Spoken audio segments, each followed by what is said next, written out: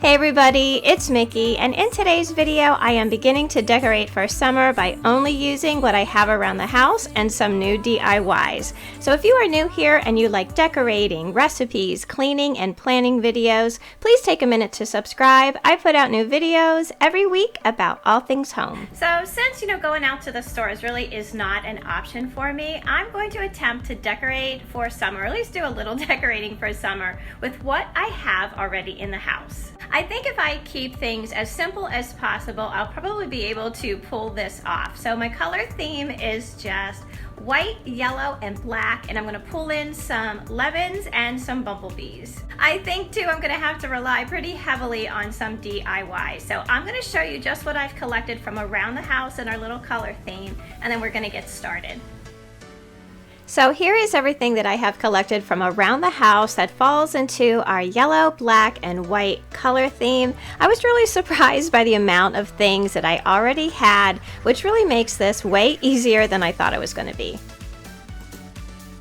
I pulled together some ribbon that I just had on hand for some of the DIYs that we are going to be working on today. I have a bunch of different black and white checked and buffalo check ribbon. I have so much of this pattern in my house anyway that I always seem to have a big supply on hand. I also found this really pretty yellow polka dot ribbon. It'll add to our color theme. Now, one of the projects that we're going to work on today is to make a new wreath for my kitchen pantry door. I still have my Easter egg wreath on there, which is fine. I really didn't want to take it down until I had an idea of what I was going to replace it with. I also pulled out some table linens we may want to use for our table because we're going to be making a centerpiece today. The yellow and white ones I got from Pier 1 last year, and it's so sad that Pier 1 is going to be going out of business. I am really going to miss them. I also got these black and white buffalo check ones from Hobby Lobby. Now these little beehive candles I got years ago. I always pick up anything that is related to, bumblebees, and I really want to work these into some DIY. One thing I did buy was a couple signs on Etsy that I'm going to try to remember to leave a link to the shops down below. I did, however, recently get a new Cricut Explorer, which I am really excited to start to use. I have a project in mind today that we're going to be working on that involves some Ray Dunn. I really love incorporating my collection into all of my decorating, but I have not been out to the stores to pick up any of the new summer pieces, so I thought I would make some of my own using what I already have. I wanted to make some vinyl decals to put on the back of these canisters with my bee theme in mind. I downloaded a look-alike Ray Dunn font and created my own bee canisters.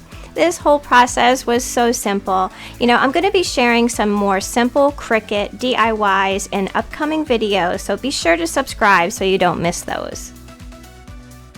In about 30 minutes, I was able to make a honey pot, a queen bee and bumblebee canister, and I really think they look like authentic Dunn pieces. To dress them up a little bit, I made a small fluffy bow, a bee chalkboard tag, and I'm going to try to figure out a way to hang one of those little beehive candles as well.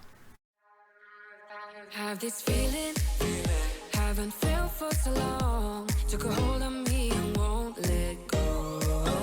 I've been sleeping, caught me off my guard, cause you're in my space and now I'm so pull me towards you and I cannot fight it. My head's underwater, I try to disguise it. Want you to hold me, though we haven't spoken. I need that something to get me to open.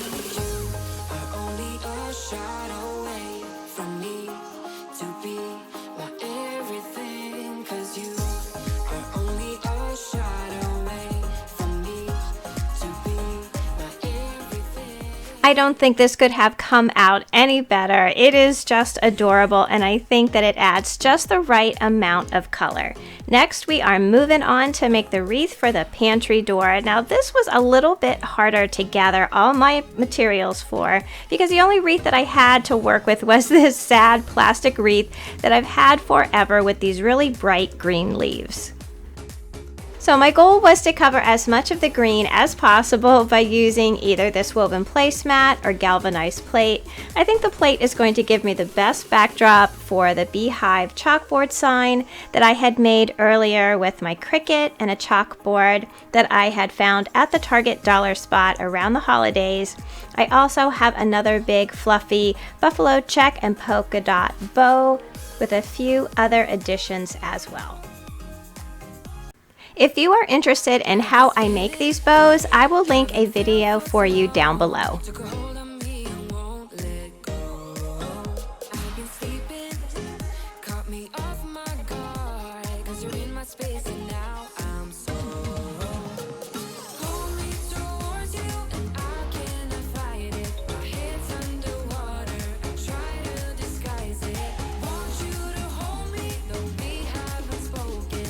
I need that something to get me to open. I am so surprised with the way this wreath came out. I think sometimes, when you challenge yourself to use what you have on hand, something really wonderful can happen. This wreath is beautiful and it looks perfect here on the pantry door.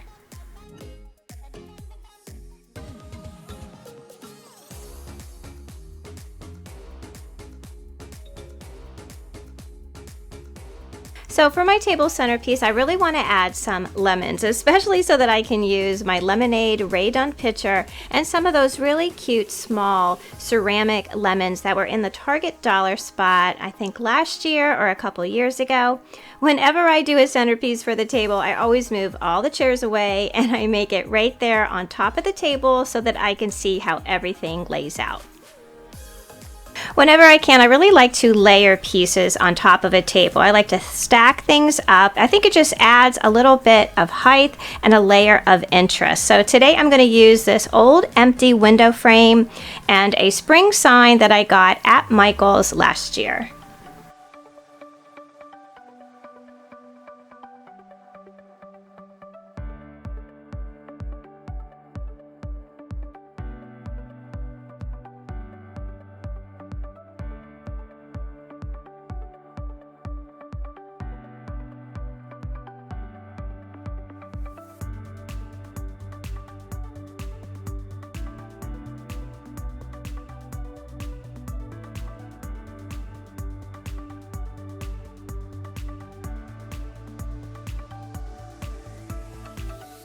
For now, I think we're going to call this arrangement done. I'm sure I'm going to be playing with it over the next week or so until I'm completely happy with it.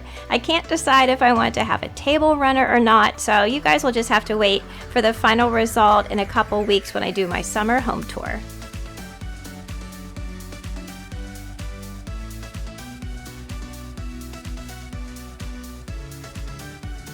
So this next project is going to be stored in the way too much time on my hands file. I got these little marshmallow cups on Amazon like last year sometime, and I really like to use them in all of my tier trays. I just think they are really cute. And I saw somewhere on Facebook or Pinterest, someone had made these adorable little beekeeper hats for them.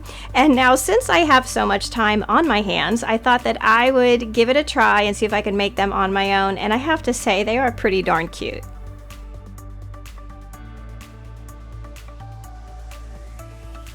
Now, lucky for me, I have been a preschool teacher for so long that I just happen to have all these supplies on hand. You just need one of those really small straw hats, some ribbon, some really tiny wooden bumblebees, and some glittery mesh ribbon.